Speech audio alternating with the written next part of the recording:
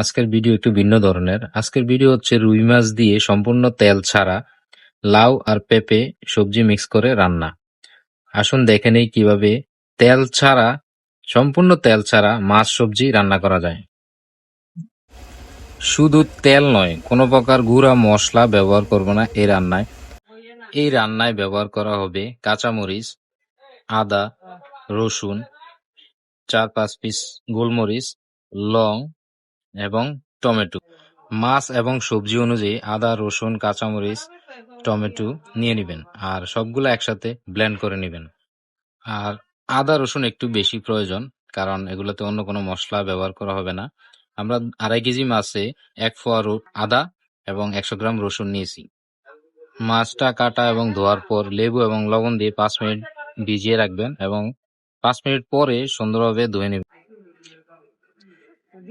দেখে নেই কিভাবে রান্না করা হয়। প্রথমে চুলায় পাতিল বসিয়ে নেবেন, তারপর যে ব্লেন্ডেড মশলাটা আছে এটা অর্ধেক পরিমাণ পাতিলে দিয়ে দিবেন। দেওয়ার পর একটু কষিয়ে নেবেন।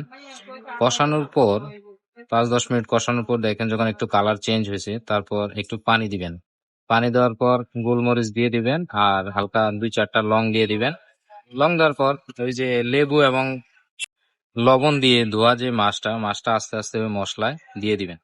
দেওয়ার পর মাছটা যখন সিদ্ধ হয়ে যাবে, দেখবেন কালার পরিবর্তন হবে, মাছটা সিদ্ধ হয়ে যাবে। সিদ্ধ হওয়ার পর মাছটা উঠিয়ে নিবেন।